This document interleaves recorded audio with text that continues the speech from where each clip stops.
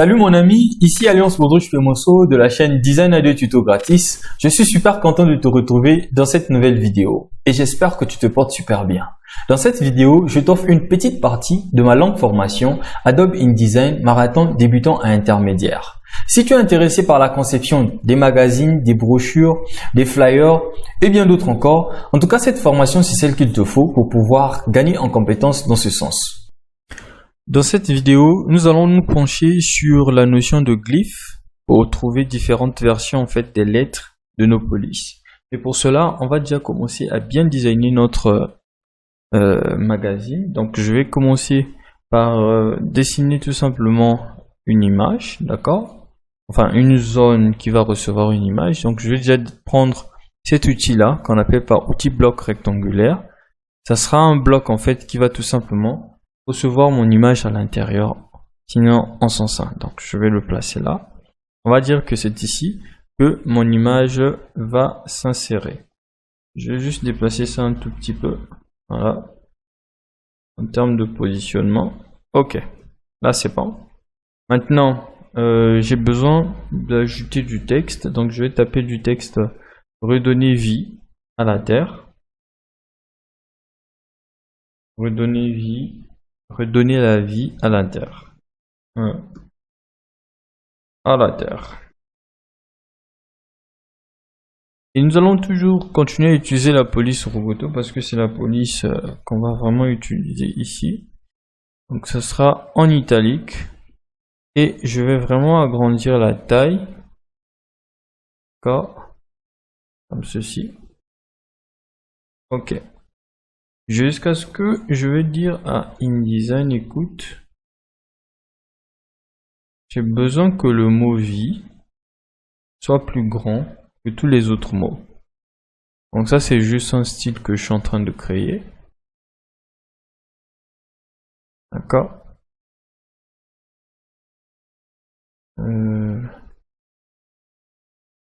Voilà.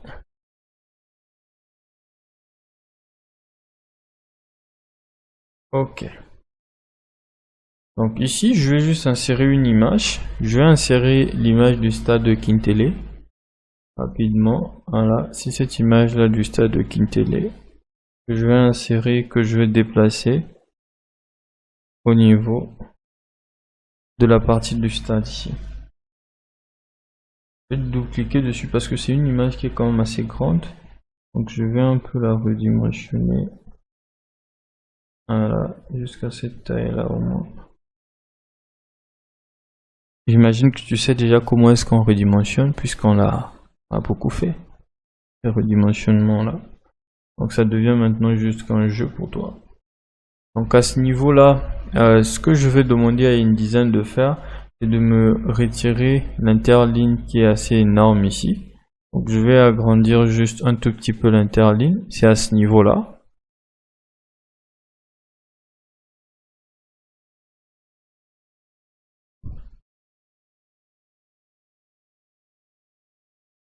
Bon. Là, je vais juste essayer d'avancer cela un tout petit peu. C'est juste pour créer en fait un style par rapport à ce que je suis en train de faire. Donner la vie à la terre. Voilà. Et j'aimerais qu'on ait en fait un bloc de texte. Donc j'aimerais remplir en fait cela de blanc. Comme ceci. Voilà. C'est ce que moi je veux.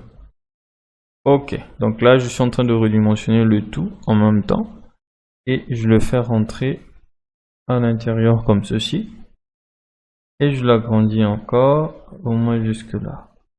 Donc tout ça c'est juste une mise en forme que je suis en train de faire, redonner la vie à la terre.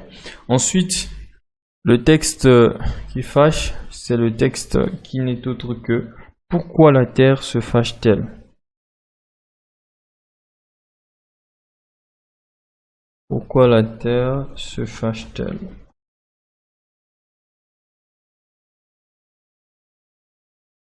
Yes, fâche, clic droit, fâche. Et cette fois-ci, on va prendre cette police là qui va nous permettre en fait d'expérimenter les glyphes. Donc, parce que les glyphes, on les expérimente pas avec n'importe quelle police. Il y a des polices spécifiques pour ça, puisque Le glyph, en fait, ça nous permet de trouver d'autres versions de la même police. Enfin, des caractères de la même police. Donc, nous, on va prendre la police Lust. C'est une police que j'aime beaucoup. La police Lust.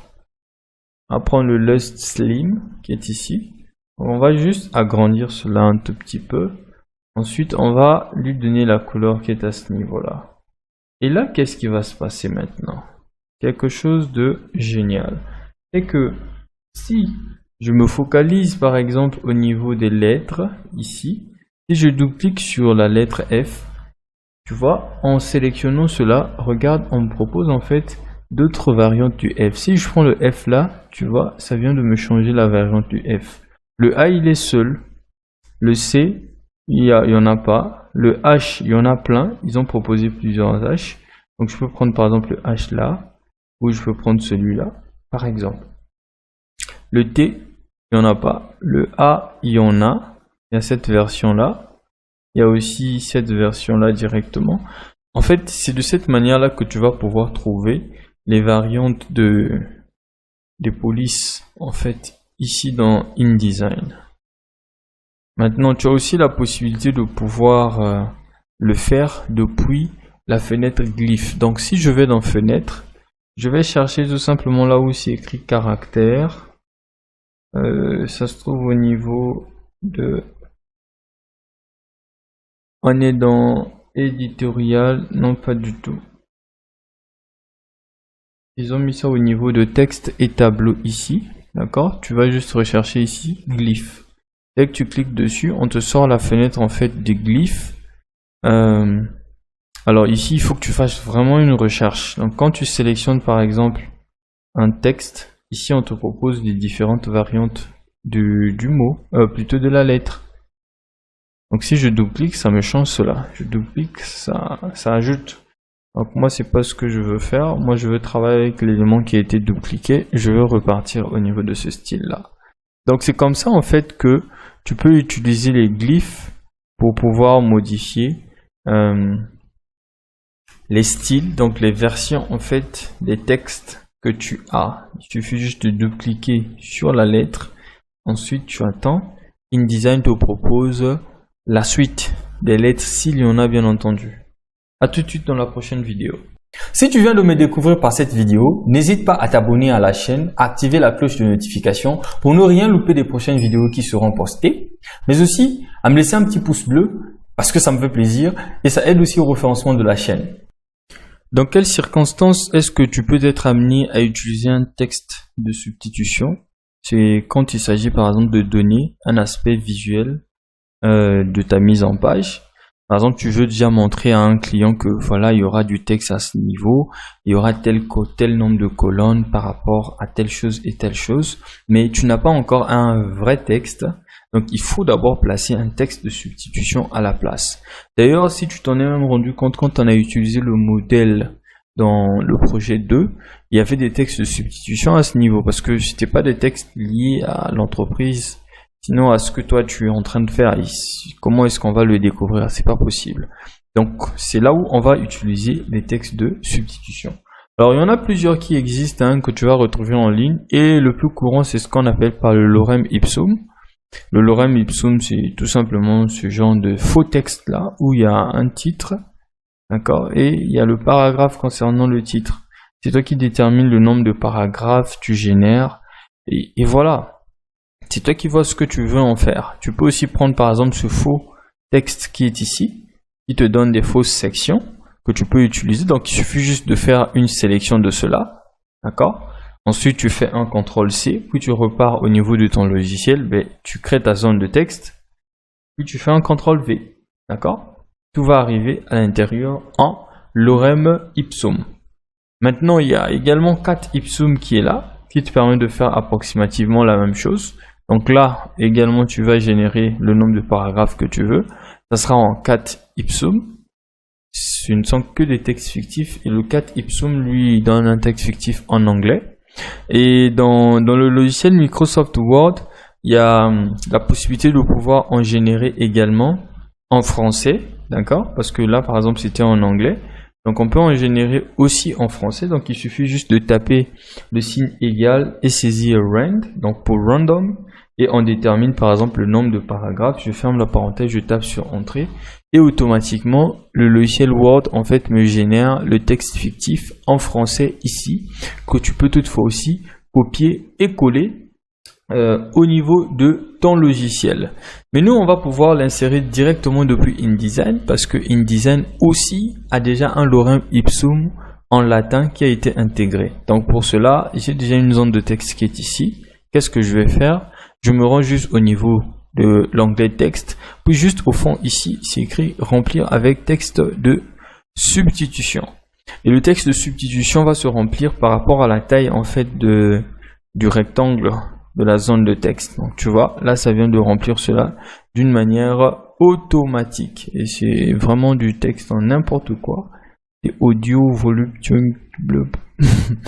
C'est vraiment du texte un peu bizarre. Donc c'est de cette manière là que tu peux en fait utiliser du lorem ipsum, soit en passant par les sites 4ipsum ou lipsum.com, ou bien utiliser le générateur de pluie Word, ou bien prendre le lorem ipsum ici dans InDesign grâce à la fonctionnalité texte remplir avec le texte de substitution. Et moi je te dis à tout de suite dans la prochaine vidéo. Lentement et sûrement, nous sommes en train d'avancer sur la conception de notre magazine Yamboka. Et cette fois-ci, nous allons voir comment est-ce que nous pourrons importer du texte depuis Word, ce qu'on a déjà vu au niveau du premier projet. Mais on va ajouter cette fois-ci la conservation ou la suppression du formatage dans Adobe InDesign. Mais avant toute chose, on va d'abord repartir au niveau de la fenêtre page. On va tout simplement faire une petite réorganisation. Donc je vais ramener les deux pages qui sont ici au niveau des pages 2 et 3. Donc je vais juste sélectionner la page 4. Je ramène cela à côté de la page 2. Puis je vais prendre la page 5. Je vais ramener au niveau de la page 1. Ça ne va pas marcher. Ça va le placer plutôt à côté. Ensuite, je vais juste demander à la page 3 de venir remplacer la page 4 ici. Et lui, il remonte en haut. Donc c'était tout simplement ce que je voulais faire à ce niveau pour avoir cette organisation là. Ok. Maintenant on va faire notre importation, ce que déjà j'imagine que tu sais comment faire. Donc je fais CTRL D ou bien onglet fichier importer et je vais sélectionner le fichier texte qui est ici pour l'ouvrir. Alors tu dois savoir que dans mon petit fichier qui est ici, d'accord, que j'avais prévu pour Word, donc je l'ouvre d'ailleurs pour qu'on voie un peu à quoi ça ressemble à l'intérieur. Il y a une mise en forme. Donc ici par exemple, tu vas voir que j'ai utilisé la police Calibri, mais là par contre, je l'ai mise en gras. Ça veut dire qu'il y a déjà une mise en forme à l'intérieur. Et moi, ça me permet en fait de me retrouver quand j'importe du texte dans InDesign.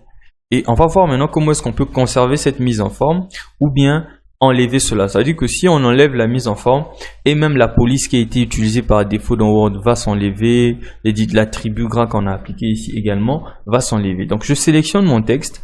Par défaut, d'accord, par défaut, par rapport à ma version à moi ici, dès que je vais ouvrir et insérer, ben, il conserve la mise en forme.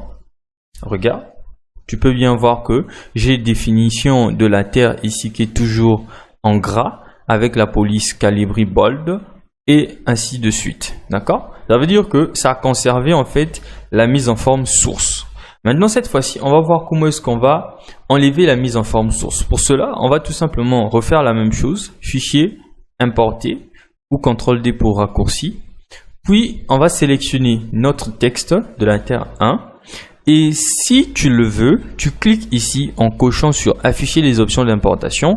Moi, je n'aime pas cocher cela parce que très souvent, j'oublie de décocher cela après. Une mauvaise habitude. J'utilise la plupart du temps le raccourci clavier Shift plus plutôt ouvrir. En fait, ça active momentanément afficher les options d'importation quand j'appuie dessus. Donc Shift et je clique sur ouvrir et là ça vient de m'afficher les options d'importation. Ici, tu vas voir avec moi que par défaut, au niveau de mise en forme, il a conservé les styles et la mise en forme du texte et des tableaux. Par contre, si je ne veux pas avoir cette mise en forme, je peux la supprimer. D'accord? Si je supprime cela et que je valide par OK, si je refais tout simplement ma zone de texte ici, tu vas voir que ça va importer mon texte, mais sans la mise en forme. Ça a même changé la police. Donc, je double-clique dessus, regarde, on est passé maintenant sur Minion Pro. OK? Donc, dès que tu l'as fait comme ça, moi, je préfère toujours avoir la mise en forme source. Ça me permet en fait de me situer, de voir un peu la disposition de mes textes. Mais tu peux aussi le laisser tout en étant supprimé. Ce n'est pas bien grave. Ça, c'est juste mon choix à moi. D'accord? Je vais refaire la même chose. CTRL D pour importer. Mais il faut que tu saches une chose, c'est que si tu as modifié tes options d'importation, ben, ça devient comme une importation par défaut. Donc, il faut que tu repartes encore à ce niveau-là. Shift ouvrir. Et tu dois redire au logiciel, bah écoute, conserve-moi les styles et la mise en forme. D'accord? Sinon, toutefois, quand tu vas importer, maintenant, ça sera supprimé. Et je valide. Puis, je vais tout simplement, voilà, dessiner ma zone de texte ici. OK. Donc, je te dis à tout de suite dans la prochaine vidéo. Si la vidéo t'a intéressé, n'hésite pas à cliquer sur le lien en bas dans la description pour obtenir la formation au complet.